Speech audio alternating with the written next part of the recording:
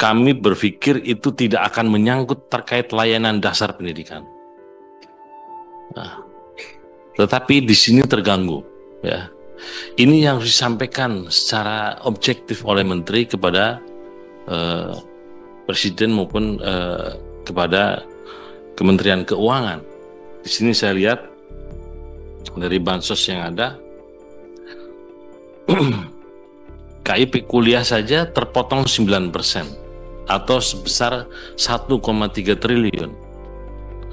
1,3 itu kalau yang ongoing tidak mungkin tidak dianggarkan, Pak.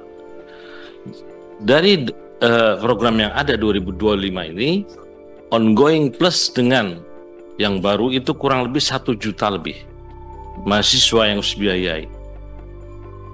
Saya agak khawatir juga kemudian kalau kemudian tidak dilakukan usulan tambahan kepada pemerintah terkait dengan kekurangan anggaran 1,3. Artinya tahun ini tidak akan ada mahasiswa baru.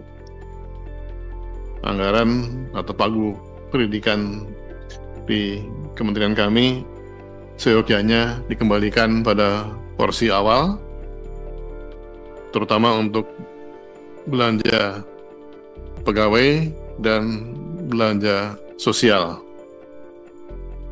Untuk yang kelembagaan juga kami berharap dukungannya untuk tetap mampu memberikan layanan pada perguruan tinggi supaya tidak terjadi kenaikan UKT.